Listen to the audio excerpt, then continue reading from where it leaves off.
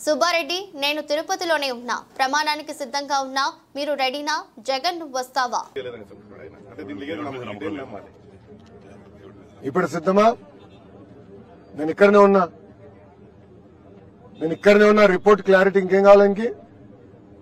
అంటే ఆయనకి గ్రిప్ లేదా ఈయోగా ఉన్నప్పుడు ఆయన తెలియదా ఏం జరిగిందో ఆనాడు ఏం చెప్పారండి వైవి సుబ్బారెడ్డి గారు ఒక మీటింగ్ లో అవుతే ఏముంది ఒక 5,000 పెంచుదాం అవుతే ఏముంది 10,000 పెంచుదాం ఫీ అవుతే ఏముంది 15,000 పెంచుదాం అన్నాడు అంటే ఎంత అహంకారంగా వివరించారండి అంటే సామాన్యులు దేవుడి దగ్గరికి వెళ్ళకూడదా దర్శనం చేసుకోకూడదా అంటే అడ్డగోలుగా అన్ని పెంచేస్తే సామాన్యులు ఇబ్బంది పడేదానిక ఆ వీడియో కూడా బయటకు వచ్చింది మీడియా మిత్రులందరి దగ్గర ఉంది ఆ వీడియో నేను సూటిగా ప్రశ్నిస్తున్నా అది చెప్పింది అవునా కాదా ఎస్ నేను తిరుపతిలో ఉన్నా రండి నేను ప్రమాణం చేస్తాను నేను సిద్ధంగా ఉన్నా దాంట్లో ఎలాంటి సందేహం లేదు ఇంకా రిపోర్ట్లు వచ్చిన తర్వాత నేను భయపడాలండి చాలా క్లారిటీగా ఉంది వైవి సుబ్బారెడ్డి గారు కూడా నేను సూటిగా ప్రశ్నిస్తున్నా గతంలో మీరు ఇలానే పింక్ డైమండ్ రాజకీయాలు చేశారు ఆనాడు ప్రత్యేకంగా నా పైన మా ముఖ్యమంత్రి చంద్రబాబు నాయుడు గారి పైన ఆరోపణలు చేశారు దేవుడు పింక్ డైమండ్ ఏదో దొంగలిచ్చామని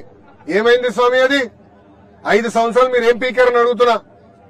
అంటే రాజకీయం చేస్తాం తప్ప పవిత్రత కాపాడతాం మీకు తెలీదా అని సూటిగా వైవి సుబ్బారెడ్డిని నేను ఈరోజు ప్రశ్నిస్తున్నాను.